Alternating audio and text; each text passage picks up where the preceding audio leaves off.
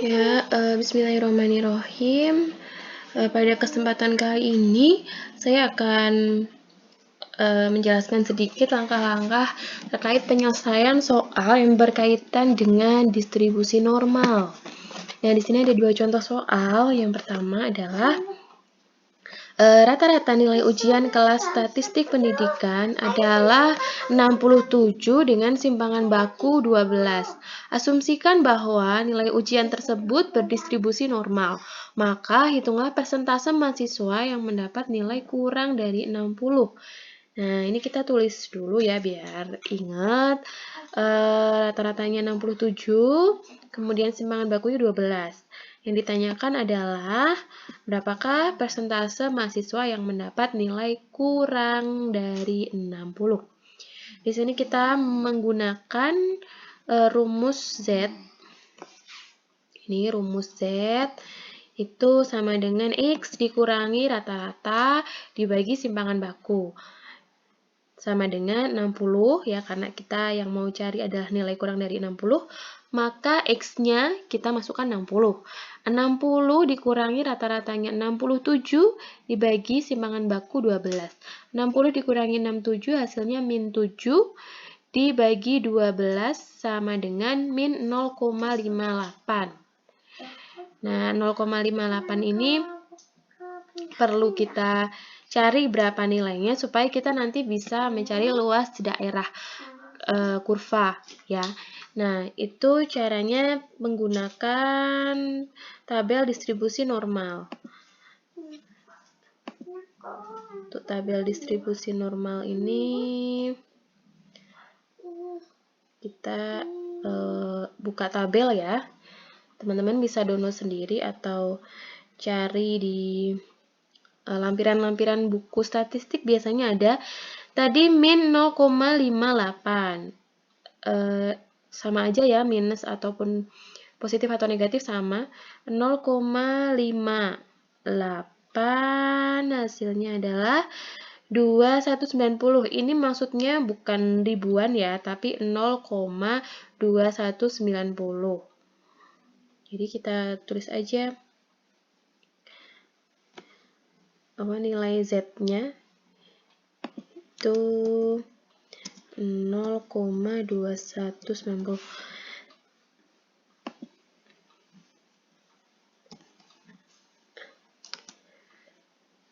Ya, untuk mencari luas daerah kurva itu 0,5 dikurangi nilai dari Z min 0,58, di mana nilai dari Z min 0,58 atau Z kurang dari 0 lebih dari min 0,58 adalah 0,2190.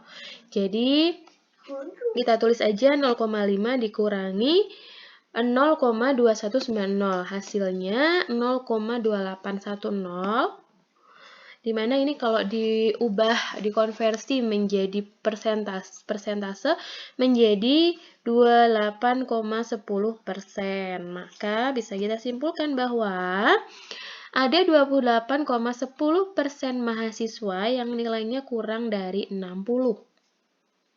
Itu ya. Kemudian bagaimana dengan soal yang kedua? Soal yang kedua contohnya hampir mirip, agak beda sedikit ya. Jadi di sini ada soal seperti ini.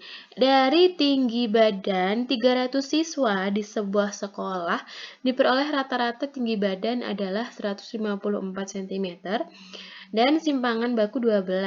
Jika tinggi badan siswa berdistribusi normal, tentukan banyak siswa yang memiliki tinggi di antara 150 cm dan 160 cm.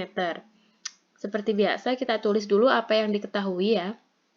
Di sini yang diketahui adalah jumlah siswa, karena nanti kita mau cari banyak siswa gitu. Jadi ini ditulis jumlah siswanya, kemudian rata-rata tinggi badan, simpangan baku, dan yang ditanyakan. Yang ditanyakan adalah X kurang dari 160 dan X lebih dari 150. Di sini karena ini rentang ya, ada dua nilai X berarti. Maka kita cari dua nilai Z, Z1 dan Z2.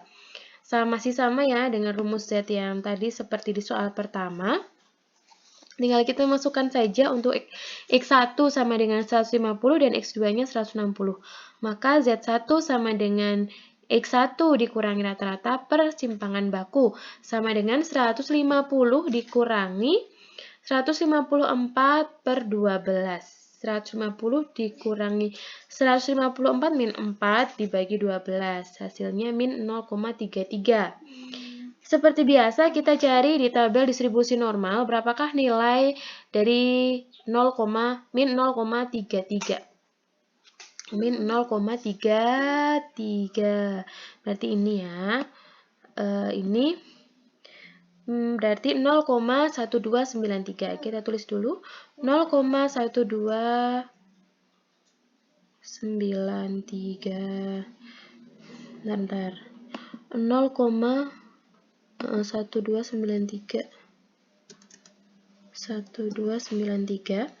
Kemudian Z2-nya X2 dikurangi rata-rata dibagi simpangan baku sama dengan 160 dikurangi 154 per 12 sama dengan 0,5. Nah, kita juga cari di tabel ya. Tabel distribusi normal 0,5 berapa? 0,5. Berarti ini 0,1915. 0,1915. Nah, karena ada dua nilai Z, ini maka tinggal kita tambahkan saja untuk mencari luas daerah kurvanya. Coba itu saya cek lagi ya, benar enggak?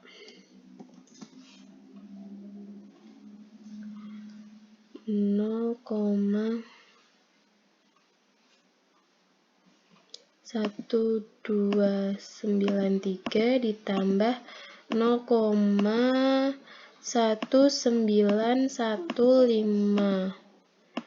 Hasilnya 0,3208.